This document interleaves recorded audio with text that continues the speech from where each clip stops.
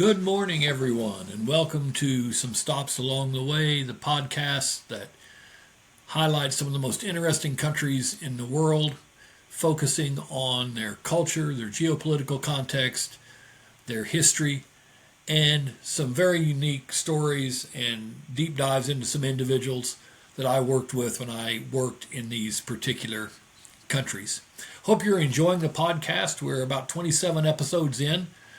And we have transitioned now to a new segment of the podcast, as we did in my memoir, Some Stops Along the Way, which is available on Amazon.com, to a theme called Airplanes and Elephants. This was a period of time when I worked a great deal in Asia, especially South and Southeast Asia.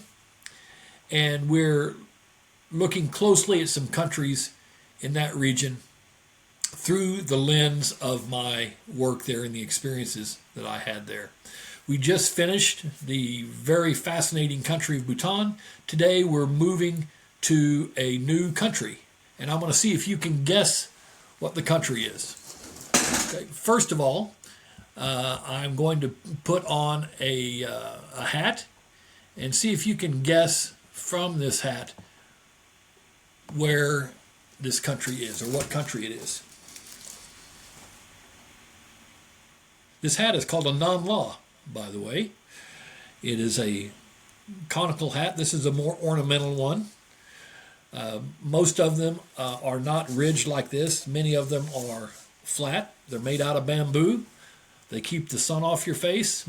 Most of the time they're tied with a very bright ribbon to keep them on even during the wind, and they're very, very durable, and I can tell you they're hard to get back on an airplane. Any guess what the country is?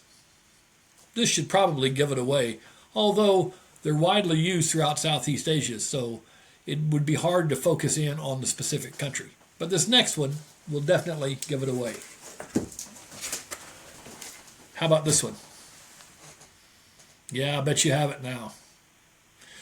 This is a pith helmet worn by the Vietnamese military, one that I got while I was there.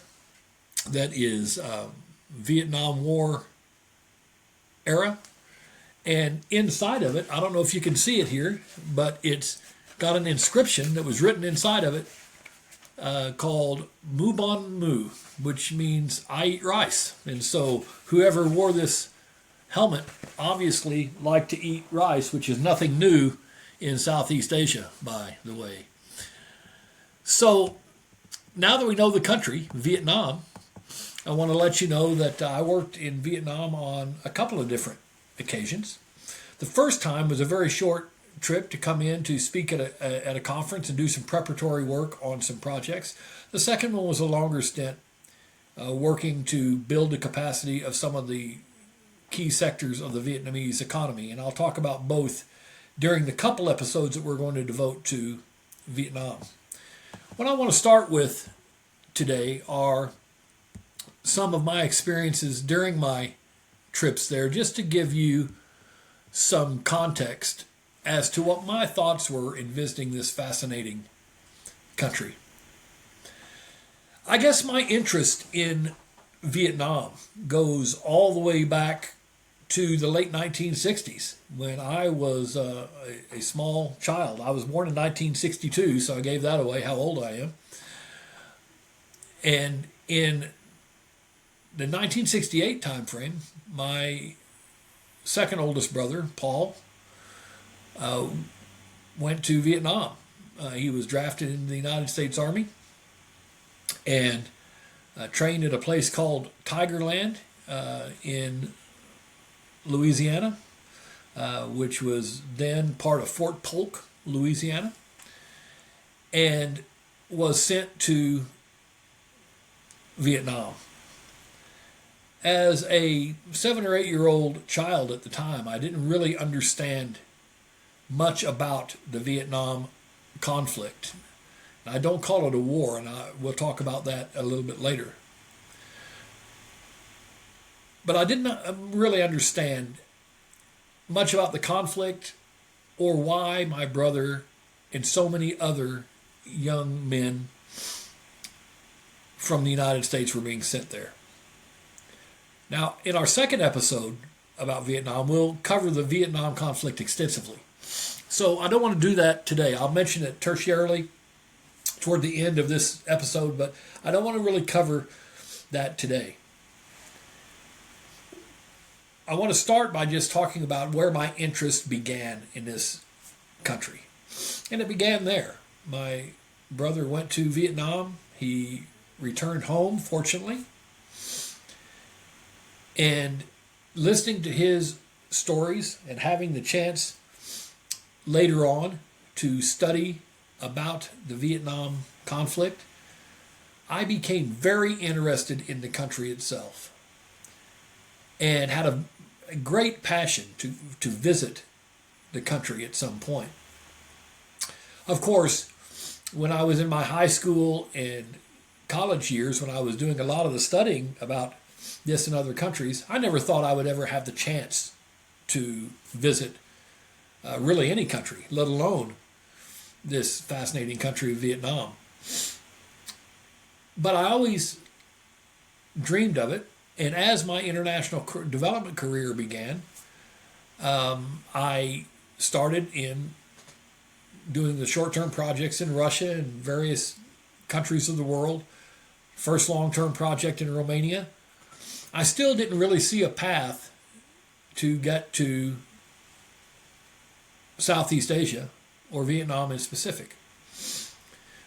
But in the early 2000s, I had the opportunity, while I was working in Afghanistan at the time, running a project there, to do an initial short-term trip to Vietnam to speak at a conference and to do some preparatory work. And I was thrilled to do that. Not only because it got me out of Afghanistan for a little while, but also because I was finally going to fulfill my dream of going to Vietnam. But here's something funny. Prior to that, after I had graduated from university, gotten in the economic development business, I did a lot of traveling in those days, recruiting companies for the municipalities that I represented in the state of Oklahoma. And we worked a lot with site location professionals at that time who would make the decision of corporations on where to invest within the United States. And so we did a lot of outreach to site locators, and many of those site locators were in New York City. And so I would go every quarter or so to New York City and meet with site locators, and we would, quote unquote, wine them and dine them. We'd take them to dinner for drinks, and we started taking them to Broadway shows. And one of those was Miss Saigon. I saw Miss Saigon 3 times on Broadway. It ran from 1991 to 2001. It was based on Puccini's 1904 opera Madame Butterfly. The first time I saw Miss Saigon on Broadway, Lea Salonge, the great soprano from, I believe she's a mezzo-soprano even, from the Philippines, was singing the title role of Kim. And if you know anything about this production, you know that it's about a U.S. serviceman who met a young woman in Vietnam while he served there, fell in love with her, but was forced to leave when Vietnam was evacuated, when the Americans left Vietnam, had to leave her behind, went back to the United States, got married, resumed his life, only later to meet this young Vietnamese woman, Kim, again, who had his child that had been born in Vietnam and that he had never met. It's a very powerful musical. There's a revival of it now on Broadway, so I would encourage you to see that if you ever have the chance. But it actually started in the West End first. It ran in the West End in London from 1989 to 99, and that's where Leah Solange first sang the role of Kim, and she reprised that role on Broadway. But I don't want to digress. Sitting in that musical, I was thinking, wow, I would just love to visit this place. And as I said, later on, I had the chance to do that. Of course, I wanted to visit it as well because there's of the link to my brother's service in Vietnam. He was with, I believe it was the 1st of the 9th Apache Blues, a recon unit in Vietnam, and served honorably there. I consider him to be a hero along with all of the men and women who served in the Vietnam conflict. But I was a little bit conflicted in traveling to Vietnam because I wondered, how will my brother feel about my visiting the country where he had lost so many of his friends and where he had offered up his life in the fight against communism. And fortunately, he took it very well. He was not interested in visiting himself at all, but he took my visit to Vietnam, my initial one and subsequent one, very well, and understood that I was doing a job on behalf of the United States government, and it was one that needed to be done. But his service there, that link there, became a real talking point during my visits to Vietnam because I really wanted to find out from the other side of the equation what the Vietnamese felt, not only about that conflict, but about those American servicemen and women who served in that conflict. And we'll talk more about that later on. So, my impressions on my first trip to Vietnam, where I flew into the country's capital, Hanoi, which means land by the lakes. There are many lakes in around Hanoi. I flew in on a very steamy day. Went directly from the airport to the city. And usually when I would fly into a location like this, there would be an interpreter meet me at the airport. In this case, it was just a driver, which was fine. And I was told that my escort, as they called it, would meet me at the hotel. Now, this is not the kind of escort that you're thinking, so get your mind out of the gutter. This is like a minder, someone who would facilitate your visit. And because Vietnam is a socialist republic, they keep very tight control and they monitor the presence and the actions of foreigners very closely. And so it was very common to have a minder when visiting a country like this. I had been briefed on that in advance. Didn't bother me whatsoever. So I get to the hotel in Hanoi.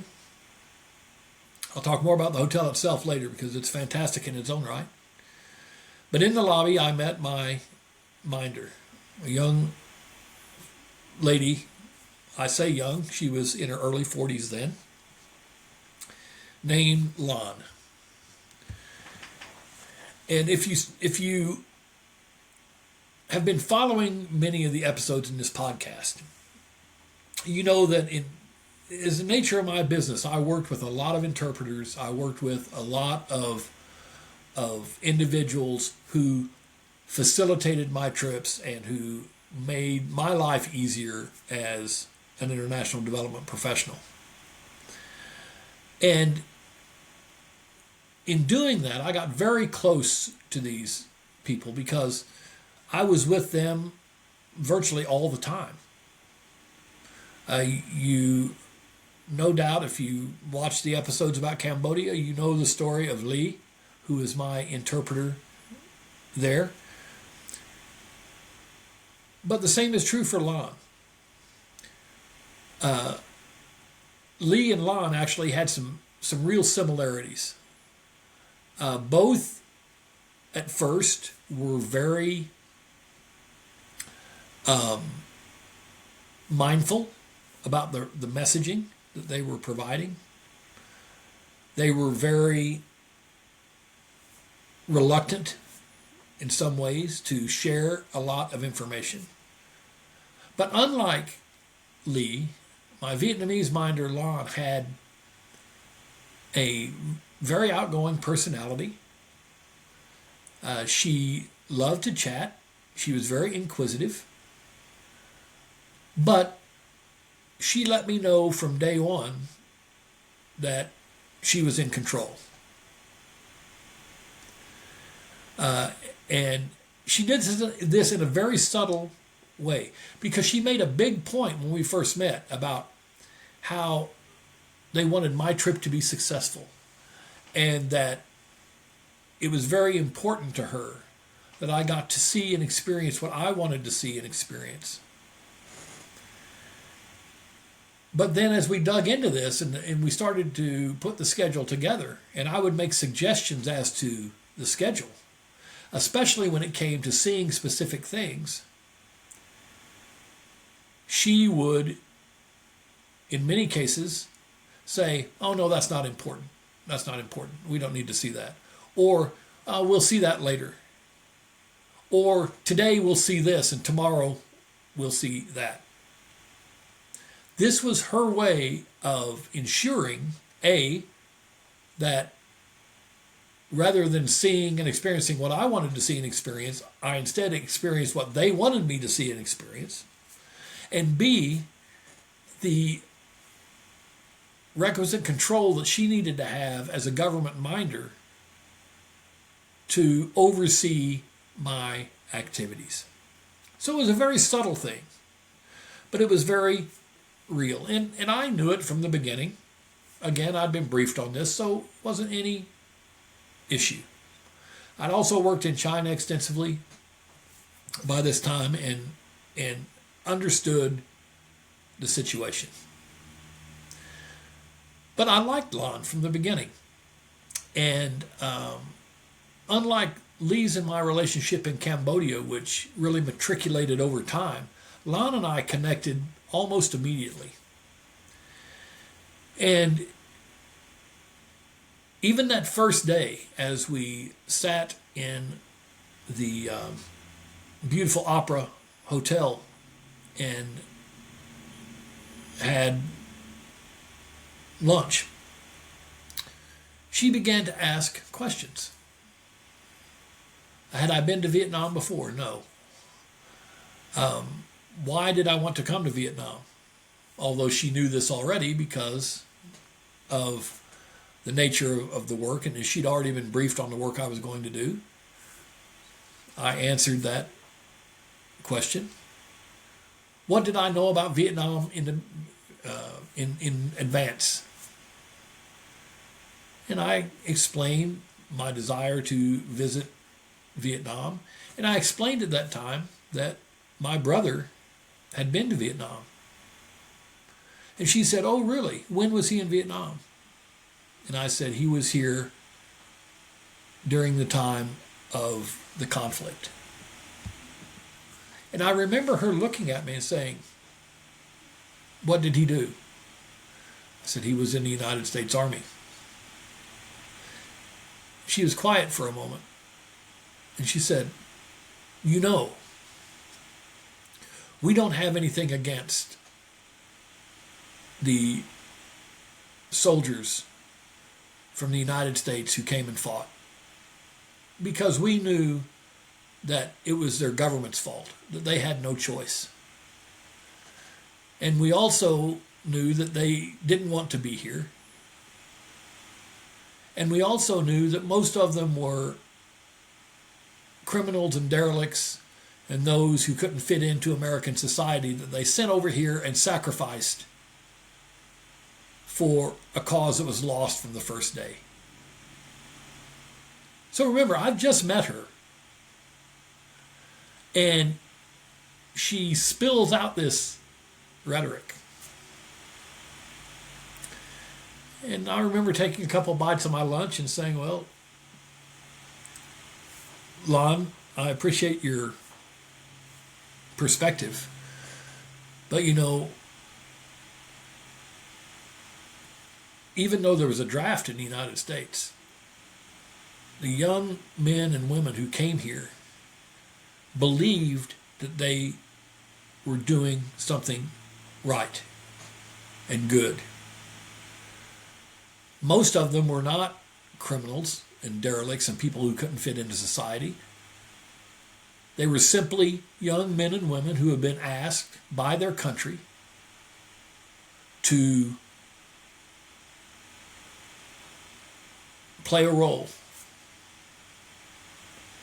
And they tried to do that to the best of their ability. Did they want to be here?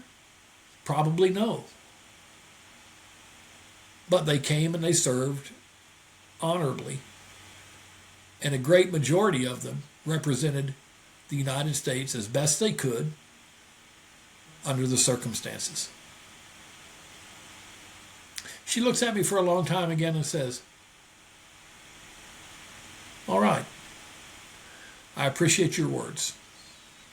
We'll talk again. And then she changed the subject. So fast forward to later that evening. She gave me some time to rest, and then she came later that evening for drinks. And she wanted to go over the schedule. And so this is when I started saying, okay, you got my thoughts in advance on the things that I need to do in the schedule. And she said, yes, yes, yes. And here it is. And she hands me this schedule. And I look at it. And this is nothing like what I anticipated. It's nothing like the guidance that I had provided. Some of the meetings that I had were on there. Some of them weren't. There were meetings that I didn't think were important. And so I started pushing back. And she said, no, this is the needful. Meaning, this is what is needed. This will ensure that you do and experience what you need to experience. And I pushed back a little more, but the conversation was always cordial, but she left me with the distinct impression that this schedule wasn't going to change. That whatever I said, this is what was going to play out. So I said, fine. And what I found out over the coming weeks of that trip, and then later on my second trip to Vietnam, where Lan was again my minder, is that this woman that I thought was going to be very dogmatic and very unwilling to move off the government agenda was actually a very inquisitive and reasonable person once I got to know her. And I made it my mission to get to know her and for her to help me understand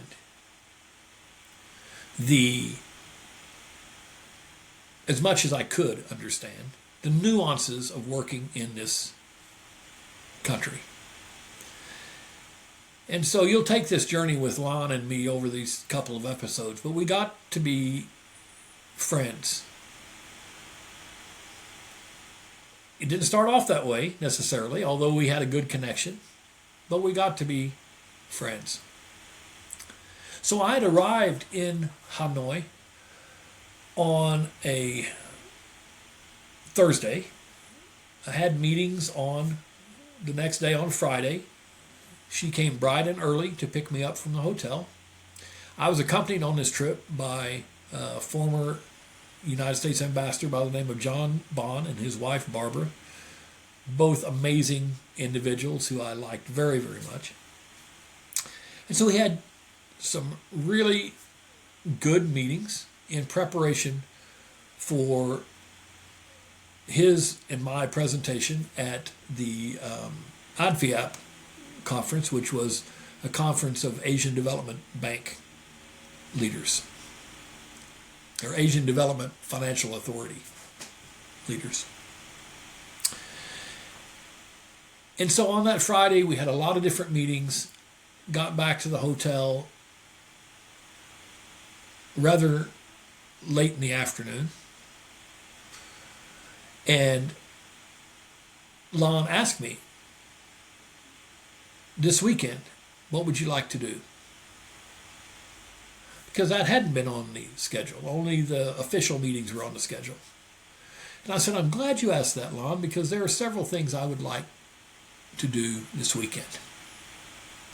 And the first thing I want to do is I want to visit the Hoa Lo prison camp, or Maison Centrale, as it was called in French, the Central Prison in Hanoi. Now, if you're familiar with the Vietnam conflict, you probably have heard of this prison. It's where at least some of the, I won't say a majority, but a significant number of the U.S. prisoners of war were held. They called it by a different name. They called it the Hanoi Hilton. And because I had studied the Vietnam conflict so much, I was desperate to see this place. And I knew that they had made it into a museum. And so I said to Lon, this is where I want to go. And I can still see the look on her face. And she was very stoic, always. She looked at me and said, we will go there. And I had talked about it, 2 or 3 other places I wanted to see. She said, fine. I will be here bright and early. So the next morning, she comes to the hotel, as promised, bright and early, wearing her non-la with a beautiful ribbon tying it to her head, a beautiful green silk outfit. She looked very, very chic, I must say. And so we get in the car and we head to what I think is going to be the Ha Lo prison camp, or the Hanoi Hilton. Instead, we end up at Ho Chi Minh's mausoleum. I said, Lon, this is great. I don't have any problem with seeing Ho Chi Minh. I saw Lenin lying in state in the Kremlin. I saw Mao Zedong in China. Why not see Ho Chi Minh as well? But I looked out and the line is very, very long. And I didn't want to waste a lot of time on a Saturday standing in this long line when what I really wanted to see was just a few blocks away. And so I said, let's come back later. Wouldn't hear of it. You must see Chairman Ho. And so I got in this long line. Well, fortunately, it moved quickly. And it moved because you couldn't stop. Once you got into the building where he was lying in state, you wound your way around in there, and you couldn't stopped, so the line moved quickly.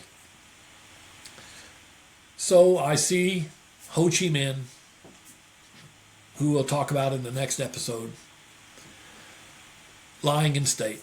And I'm all the time thinking, what did my brother think and knows he served with in Vietnam? Here I am walking through Ho Chi Minh's mausoleum right in the middle of this cult of personality that still exists around this figure. But I see him. By the way, he probably looked at least as good or better in death than he did in life. He was very well preserved. Come out of the building, took a few photos. She directs me to the car again. We go immediately to Ho Chi Minh's home for a tour. Again, the line is very long. I said, Lon, listen, this is great. It really is, truly. I mean, great cultural experience, but I really want to see Halo prison camp. This Maison Centrale, as the French called it. And she said, we'll see this first. So this went on for the better part of half a day, her taking me around to places that hadn't even been on my list, but she was determined that I would see them, and all of them were in some way connected to the communist government. So finally, we stopped for lunch, and over rice and the great Vietnamese food that we had during that lunch, she perks up and says, you know what, Mr. Mark? Let's go to the Halo prison, Maison Centrale. Like it was her idea. And I had to laugh. I literally laughed and said, you know what? That's a great idea, Lon. Why don't we go there? And so we did. And I finally got to see the Hanoi Hilton, or what's left of it. The main building is still there. Shortly after the war, they tore down most of the other part of the prison. And she made a very strong effort during this visit to focus more on the French aspects to the prison than on what happened there during what she called the American War. The Vietnamese, and this was something that exploded an assumption that I had before I went there. Most of the Vietnamese I met had no issue with Americans. In fact, they liked Americans. They were very, very pleasant and friendly. Their feeling was what their government told them, that the American soldiers that came weren't there because they wanted to be. They were there because they were forced to be there. And that's why in the Vietnamese government's eyes, they didn't fight very hard and were defeated. Of course, we know differently, or we believe differently on this side of the ocean, but that's their feeling. So they don't really have animosity toward the Americans, but they do have animosity toward the French. Now, the French annexed Vietnam, if you will, in 1887 into French Indochina. And from almost the beginning, the French were challenging colonials. They squelched any type of opposition. And so part of Maison Centrale, this Halo prison, highlighted what Lon called the torturous acts of the French on the Vietnamese people. Many of Vietnam's leaders during the the conflict in the 1960s and 70s, which they, as I said, they call the American War. Many of them had been imprisoned by the French in this facility, and it was a rather gruesome place. So certainly Lan and the Vietnamese as a whole were not enamored with the French at all.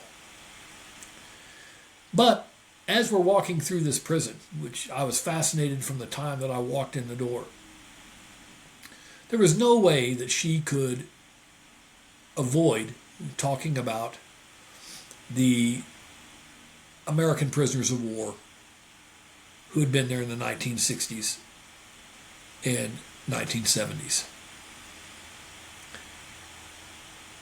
People like John McCain, Charlie Plum, Robinson Reisner.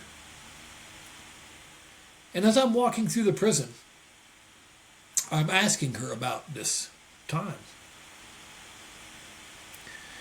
And she's answering in short bursts. But her primary message was that these were not prisoners of war, because there was no war. America never declared war on Vietnam. They invaded a sovereign country. And that, therefore, the Geneva Convention did not apply, and these pilots were akin to criminals. And so they were sentenced, as a criminal would be sentenced, to time in prison. And so there were a series of prison camps around Vietnam. This was the main one. And it had several different parts to it. But in this main building, they had some of the original cells.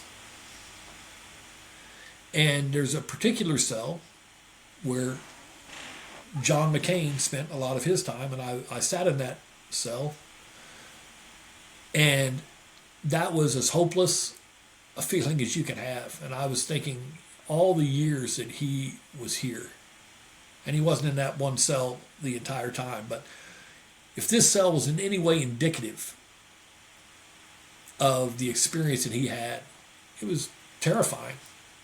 Literally, if they had shut the door to that cell, there would have been a little tiny bit of light coming in. But it would have been absolutely a terrifying experience to think that you couldn't get out of there.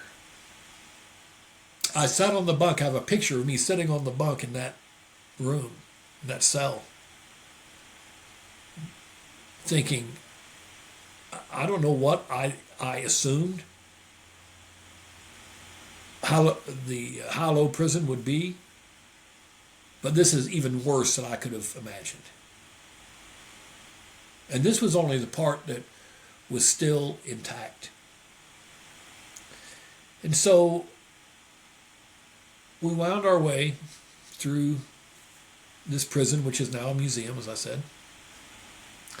And we finally got to a room that was the most terrifying room of all, because this was the interrogation room. I believe, if I remember right, they called it the green room. The pilots, the prisoners of war, called it the green room, I believe.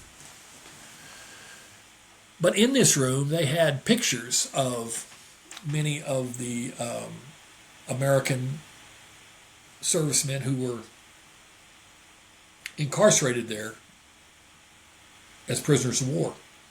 They had John McCain's picture there. They had Robinson Reisner's picture, and in one picture they had a prisoner and a few others standing behind him in a church service. And I stopped and looked at that picture, and Lon said, "See, Mr. Mark, you think these are prisoners of war. They're not. They were criminals that were sentenced for their crimes against Vietnam. But even though they were criminals, we were humane to them. We allowed them even to worship their God, standing here in this Christian service. And I looked at the picture and I realized that the person standing in front is Charlie Plum, who I had heard speak several times. And that in the picture, he's standing there, obviously at attention, listening to whatever was being said by the priest. But he was flipping everyone the bird. And I looked at the picture and I couldn't help myself. I looked at Lon and said, is he giving everyone the bird? And she said, she looks at the picture intently and then said, we must go. And she ushered me straight out of that room and on to something else. She was a very fascinating individual. And over my first trip there, she and I became more and more acquainted. We went to Ha Long Bay together, which is a beautiful bay with limestone rock formations and floating cities. We were on a boat where the sampans, the Vietnamese boats, would come alongside. It is a UNESCO World Heritage Site. It's literally an unbelievable place. The beauty is off the charts. And we sat on the deck of the boat as we were floating through the bay. We toured a cave there and did several things. And then we were sitting on the boat having our great Vietnamese lunch of fish and chicken and rice. It was just an amazing lunch in this pristine location. The sun was shining. It was a beautiful day. We were sitting out with our shoes off. She had her non-law down on her back, hanging by the ribbon around her neck. We were having a very nice time. And in the middle of all this, she says, your brother. I said, yes, my brother. I said, when I said that American soldiers were criminals and people that couldn't fit into society, I didn't mean your brother. And I said, well, thank you, because he certainly wasn't like that. She said, I am sorry for him that he had to come here and see his friends die for no reason. In a struggle that never should have happened, because the people of Vietnam were never divided. They were forcibly divided by the French. But the people, the mindset of the people was never divided. There was nothing to fight about. And in the end, so many people lost their lives, and your brother had to go through all this horrible experience for absolutely no reason. So we talked about this for a long time, sitting out on the deck of that boat. And we're building up and talking about different things. And so I said, Lon, let me ask you a question. Tell me what the term bui doi means to you. And she looked at me, got a little smirk on her face, said, that's not a term that we use. I said, but it is, right? Because I've heard it before. Bui doi means the dust of life, yes? She said, In loose English translation, yes. It was a term that was used for those in poverty that lived in the villages. It's no longer used. I said, but Lon, bui doi was also used to describe the children of U.S. servicemen and Vietnamese women. Is that right? And she looked at me and said, oh, you mean the Vietnamese women that they raped while they were here? And I said, I'm not saying that that did not occur, but I think that there were many other cases, in a majority of cases, where there was a connection between a U.S. serviceman and a Vietnamese woman, but in the end, the war kept them apart. The children and the Vietnamese women got left behind. And how does the government look on those children? Are they considered bui doi? And I thought she was going to get angry for just a moment. Her eyes kind of clouded. And she said, but then she sat back and laughed. The first time I heard her laugh out loud. I said, interesting. What's so funny? And then she used a term that she would use with me many times during that trip and the subsequent trip. And that if my brother watches this podcast, he will know from its more English translation. But she looks at me and says, Mr. Mark, you're buku dinky do. I said, what? She said, you're buku dinky do. And I said, what does buku dinky do mean? She said, very crazy in the mind. That was her way of saying, you're crazy. And she said, this whole question that you ask, that's buku dinky do. Because that term was never used for the children of U.S. servicemen and Vietnamese women that were left behind. Vietnam fully integrates all of its citizens into society.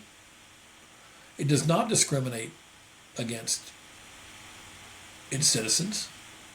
People here live in peace and harmony. So this is a term that's not even worth discussing. Well, of course, I knew that wasn't true. There's ample evidence that it's not true.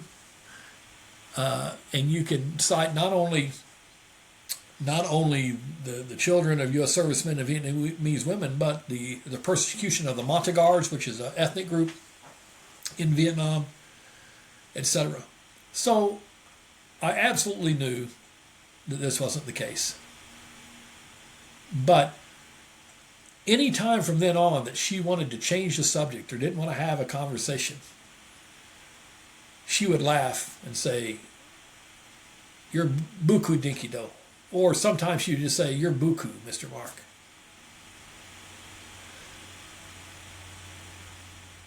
And every minder or translator or interpreter has their own style. But that was hers. And I got to be, I have to admit, somewhat fond of it. In her own way, she was being gentle in the way that she delivered information, but she was also trying to keep things light. So during my next trip to Vietnam, I was working to assess the strength and to provide recommendations on how to build on the strengths of some priority sectors like textiles and others. And so we worked extensively together then over a much longer period of time.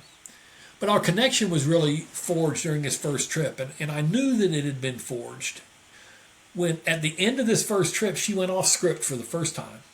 Everything else had been so scripted the way that her bosses had wanted it.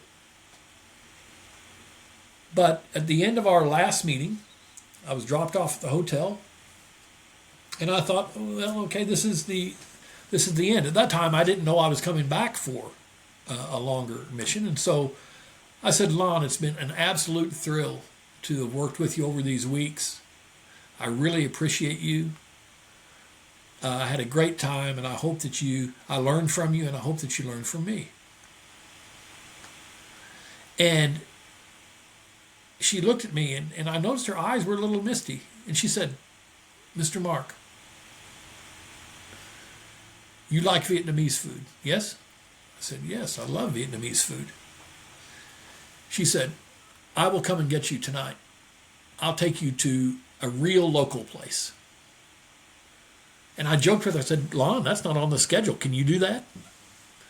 And she laughed and said, oh, Mr. Mark, you're buku dinky do. I can take you. And I want to take you. I said, okay. And so that evening, I'm expecting her to show up in a car. She doesn't. She shows up on a scooter. And so I got the experience of jumping on the back of a scooter in wild Hanoi traffic with this young lady, Lon, on the front, and we were tearing through traffic in central Hanoi. I have a picture of us at a stoplight, just literally surrounded by hundreds of scooters. And so we go to this restaurant. She has a couple of her friends there. We had just a great meal at a local establishment. I was the only foreigner in there. I have no idea what we ate. I suspect that I know, and I won't get into that in this podcast. I will just say that dog is a delicacy in Vietnam and leave it at that. But the food was fantastic. The conversation was engaging. I learned a lot about how younger Vietnamese view their culture now and their society now and their government now versus how we perceived it, how we perceive it to be at present and how we perceived it in the past. It was just a great time, and it laid the foundation for everything that was going to come later on. So I was really excited to go back a few years later and engage with Lon again. We kept in touch during the interim, and we had a beautiful time then as well. And it was during that second trip that she introduced me to her father, who had fought in both the Indochinese, first Indochina war against the French and against the Americans. And I got to hear the perspective from someone who actually fought on the other side of the war that the conflict that my brother fought in, and hear his perspective. And it was so amazing.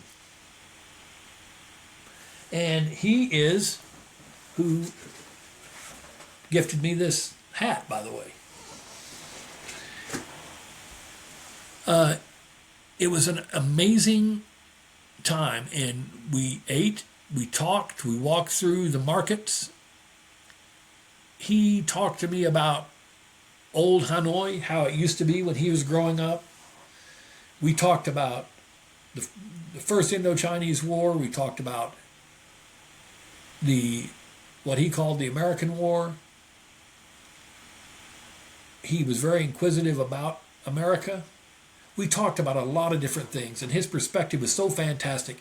And that would never have happened if I hadn't made a connection with Lon, because there's no chance she would have ever taken me to meet her father had we not had this strong connection that transcended her work with the government. She still was very diligent about managing my schedule and making sure that I did the right things, but she trusted me enough to let me behind the curtain, and I always appreciated that. So, I want to transition from that a little bit and talk to you right here at the end of this first episode about Vietnam, to give you an overview of what's to come. The second episode of this 2-episode podcast on Vietnam is going to focus primarily on the period between 1946 and 1975, but especially the period between 1964 and 1973, which was the major portion of the Vietnam conflict, because U.S. combat troops were withdrawn they arrived in 1964, they were withdrawn in 1973. And then 2 years later, all American military personnel were evacuated from Vietnam, and that's when, of course, South Vietnam fell to the north.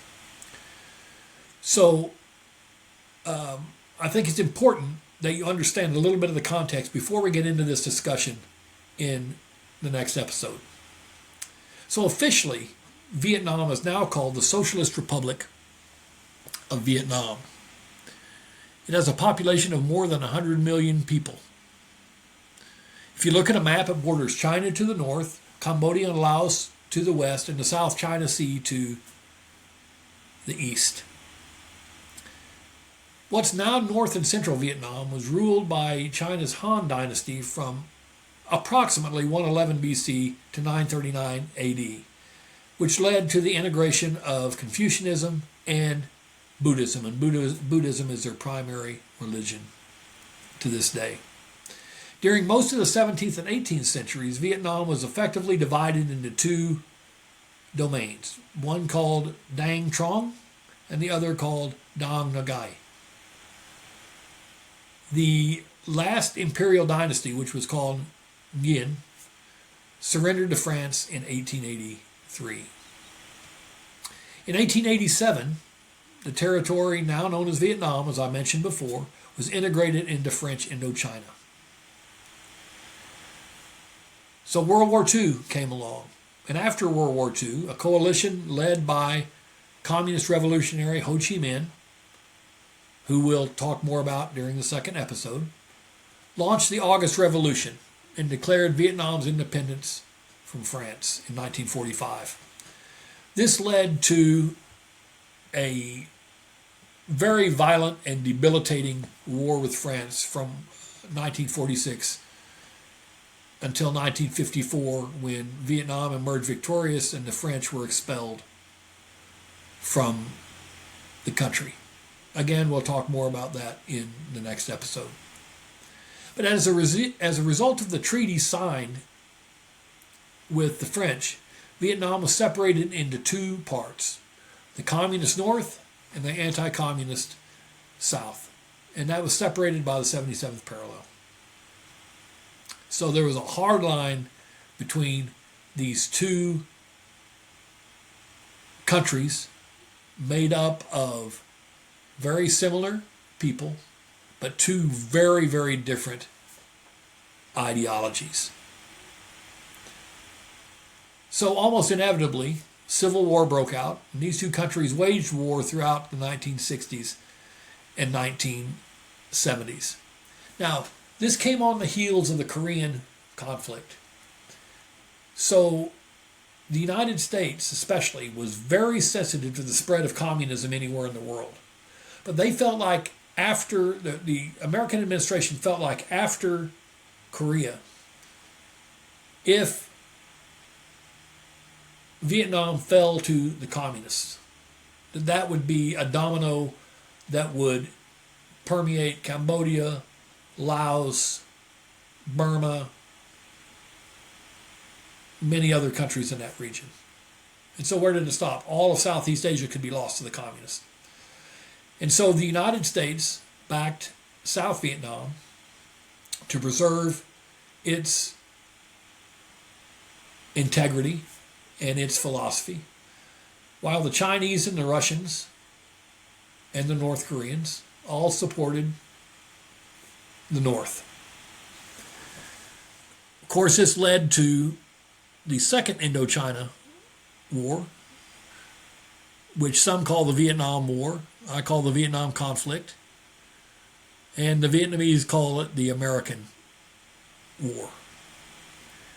The Americans, as I said before, combat troops, advisors came previously, but combat troops came in 1964. And through a process called Vietnamization, which I'll talk about in the next episode, gradually, in the early 1970s, the United States began to turn combat operations over to the South Vietnamese in hopes that we could eventually withdraw and they could be successful in the fight on their own. And so in 1973, we withdrew combat troops. And in 1975, we withdrew all military personnel, including our embassy personnel, from Vietnam. And it did not take long after that for it to fall to the North Vietnamese, because the South Vietnamese, even after all of the assistance from the American military, all the advisors, were in no way able to stand against the onslaught from the North. And so the two countries became unified at that time as the Socialist Republic of Vietnam. And over time, they put in place what is one of the more unique economic systems in a socialist country that I've ever visited. It's called socialist-oriented market economy. And it's described as a multi-sectoral market economy where the state sector, or the government, plays a decisive role in directing economic development with the eventual long-term goal of developing full socialism. This socialist-oriented market economy is a product of doi ma, which means innovation. This is a reforms process which replaced the centrally planned economy with a market-based mixed economy based on the predominance of state-owned industries. These reforms are undertaken to allow Vietnam to integrate into the global economy. The term socialist-oriented is used to highlight the fact that Vietnam, in their estimation, has not yet achieved socialism and is in the process of building the basis for a future system. It's a very intriguing model, and in seeing it work in real time, one can see how Vietnam has been successful in increasing its GDP and enhancing economic growth.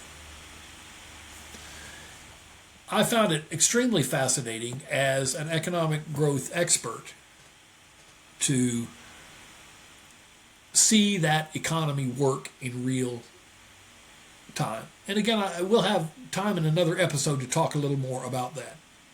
But to prepare you for episode 2 about Vietnam, it's going to focus very heavily on this conflict between the Americans and the North Vietnamese, Russians, and Chinese. This war from 1964 to 1973 exacted enormous costs, with estimates of Vietnamese soldiers and civilians killed in the range of 970,000 to 3 million. There's no way to know, but it's probably at the higher end of that estimate. Also, some 275,000 to 310,000 Cambodians were killed. 20 to 60,000 Laotians, and of course 58,220 U.S. service members were confirmed dead as well. And that doesn't count soldiers of other countries that were allied with the United States, like Australia, for instance, that fought alongside us. Its end would precipitate the rise of the Vietnamese boat people, or the exodus of Vietnam from those in the South who were trying to get out of Vietnam and not live under communism, many of which came to the United States and created the Indochina refugee crisis. During this period of the boat people, if you will, about 250,000 perished at sea trying to flee Vietnam. During the conflict with the Americans, nearly 20% of South Vietnam's jungle was sprayed with toxic herbicides like Agent Orange, which has led to significant health problems both in the country and among service members who fought in that conflict. So that's a little bit about what we're going to talk about next time and how we're going to start next time. It'll be a fascinating discussion about the Vietnam conflict. I'm going to bring up some things that you may or may not know. I'm going to bring in some of the perspective I got from Lon's father and others who fought on the other side of that conflict. And also I'm going to talk more about this socialist-oriented market economy that is currently the foundation of Vietnam's economic growth. So join me next time for another fascinating discussion about Vietnam, and I will see you on some stops along the way next Monday, 8 a.m. Be there.